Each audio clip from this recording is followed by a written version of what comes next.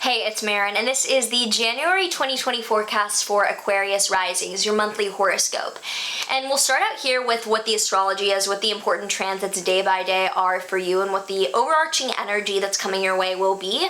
Then we'll look at the tarot cards, we'll look at the Work Your Light and Law of Attraction cards, so that we round things out with some guidance on what the universe is telling us, so that we round things out with some guidance on how to best work with this energy.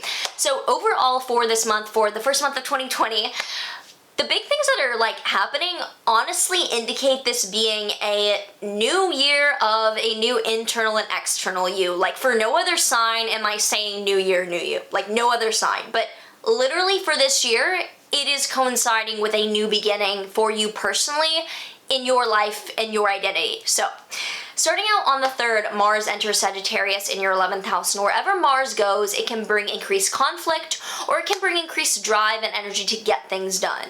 With Mars, generally the rule of thumb is that if you are born during the daytime, it tends to be more conflict-ridden, a bit more difficult. If you're born at night, it tends to be more constructive, a bit more helpful.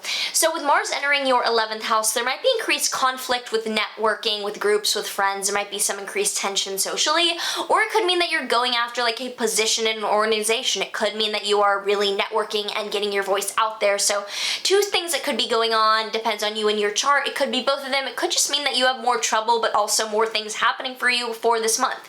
I'm realizing now that my lips are chapped, so we're gonna fix that with Chanel lipstick. Sorry guys, one sec. Okay, actually, let's do the lip gloss too. Okay, we're reborn. Commercial break is over. So, moving on. On the 9th, there is a Sun-Mercury conjunction, a Cazimi in your Capricorn 12th house. There's been, as you know, a ton happening to overhaul your internal psychological world. There's been such an inner transformation for you of really seeing what boundaries need to be set to have an internal metamorphosis of your internal world. And with the Sun-Mercury conjunction, the Cazimi, on the 9th there will likely be some illuminating information, maybe some insight, maybe some powerful meditative images, or something coming to light regarding your psychology, your internal state that will be helpful during that process of integrating that. On the 10th, Uranus stations direct in your Taurus 4th house. Uranus is bringing liberation, rebellion, innovation, upheaval, and revolutionary change into your 4th house of home, family, and property. So over the past few years, and for the next few years to come, about 6 more, there will be more just looking back to see, wow, things really did shift and get thrown out of the water in my home and family life, for better or for worse, stepping into authenticity. So with Uranus having been retrograde for the past few months, there has been an analysis of what changes you've already made. Now with Uranus stationing direct on the 10th, there will be new changes, new upheaval, new revolutionary energy coming into your 4th house of home and family for the next few months. On the 12th, there is a Saturn Pluto conjunction in your Capricorn 12th house. The Sun and Mercury will meet this shortly after, but the Saturn Pluto conjunction is a refining, a getting serious about the limitations of what this transformation of your internal world is asking you to do. It is an implementation of the seriousness of this metamorphosis and getting really real and grounded around what the big changes are actually meaning and their purpose is in your life. Getting really practical about, okay, whoa, this is really happening. So on a completely different note, on the 13th, Venus enters Pisces in your 2nd house, which is beautiful energy on the flip side. Not that that isn't beautiful in and of itself, but Saturn Pluto, that's sober as shit. And Venus and Pisces, that's really nice. So the 13th, Venus enters your Pisces 2nd house. Venus is exalted in Pisces. It's bringing utmost harmony and ease into your world of finances and values. So if anything this month, I expect some money to come your way. Maybe not money itself, but more value to come your way. Abundance is coming your way, especially if you work on that internal world, law of attraction. On the 16th, Mercury enters Aquarius in your 1st house, and it will square Uranus and Taurus in your 1st house. So starting on the 16th, there will be more communication coming into your life regarding you and yourself. You will have more of a voice to speak, more of an external channel for you to communicate all the shifts that have been happening internally. However, with it squaring Uranus in your 4th house, this might be at odds with a need for something at home or regarding your family to rebel. Your family might be going through some unexpected changes right now, which could counter the need for you to channel yourself in your personal world. You might feel like, whoa, I'm not sure how to communicate my truth when there's so much change going on with my family. It can help just to know that you aren't forced to speak right now.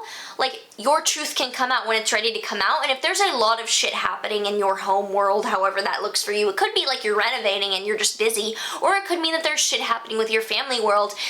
Speaking lightly and treading waters lightly might be the best actual medicine, instead of feeling the need to rebel to get yourself validated amidst the changes happening.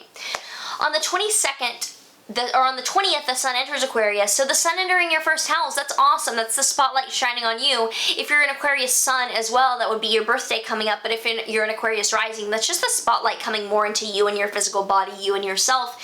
It's also squaring Uranus in your 4th house. So do be wary of this tension between breaking out of a battle at home versus you actually being your truth, regardless of what the impact that has on the intimate relationships around you. Being yourself, being grounded in who you are. On the 24th, there's a new moon in your 1st house, which is a new beginning to plant seeds regarding you and your physical body or your self-identity. So there's so many internal shifts regarding your internal world of your 12th house, of getting super realistic about what psychologically needs to change with you. And then now there's a much more lighthearted, like a breath of fresh air. I'll link below the new moon video on this that you can see, like, this is a breath of fresh air, this lunation. This beautiful new moon happening in your 1st house of Aquarius at the end of the month, being like, phew, okay, I can come out as who I am, and I can lay the groundwork for these huge internal shifts to blossom into making me feel so much safer in this newness.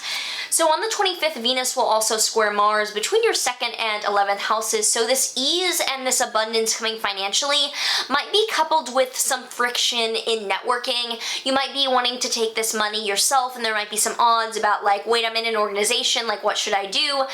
Do trust that you don't have to feel pressured by other people as long as you're rooted in what you know your value is. It might just also mean that there is increased drama in the work, in, like, the public eye around how you're delegating value in general. On the 27th, though, Venus will conjoin Neptune in your 2nd house, which is like, Venus conjoining Neptune in your 2nd house, it's like beautiful money day.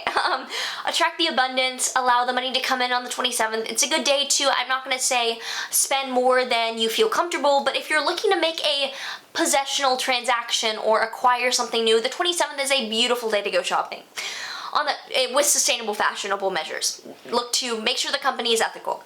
On the 27th as well, Mars will square Neptune between your 11th and 2nd houses. So again, like, just going after something regarding networking could be at odds with some financial confusion. Just make sure that you are not acting from a place of delusion, or if you do not have all the information about your finances yet, if some things are not clear, don't act within a larger group according to those finances yet, if that makes sense. So literally this month is like, this month is like new year, new you, new month, new you. Like, this new year is starting out with this new month indicating a new you, rooted in more of who you know yourself to be, because it's not actually a new you. It's the internal you is now blossoming and ready to come out to shine its more grounded, authentic light in the external world. So now let's pull a tarot card and see what tarot card's coming up for Aquarius Risings. If it's another Cups card, I'm gonna shoot myself.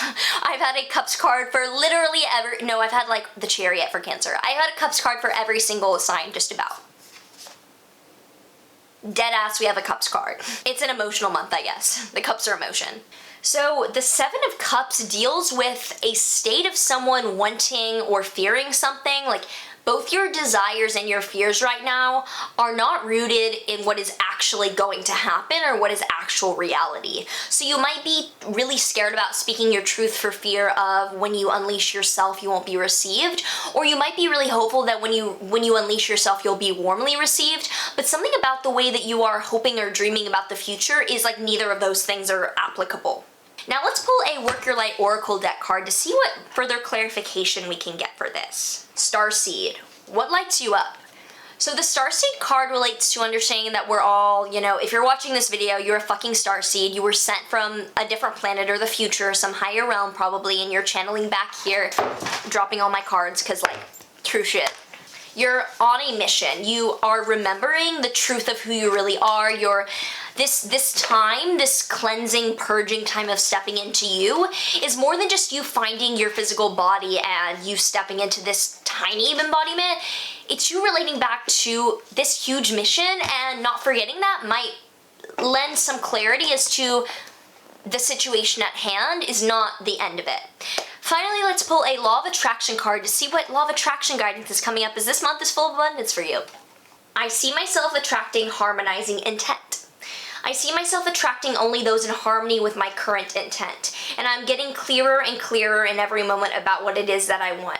It matters not what others are choosing. What is important is that I am pleased with me, and as I see myself, I certainly am. So judging how you want to present yourself based on what you think you should be received as or who you want to be seen as is not actually viable to feeling good in the long run.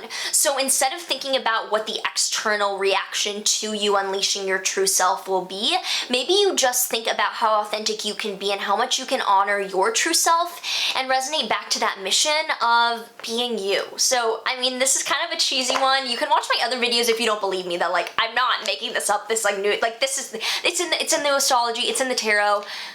If you found it helpful, like, let me know how. Let me know how this is resonating for you. I'm really interested to know, because a lot of synchronicities in this reading for Aquarius Rising, which seems to be the most popular sign if I look at the analytics. Anyway, like, subscribe, do all the things. Check out my private consultations down below. I would love to read for you, and take care. I will see you in the next video.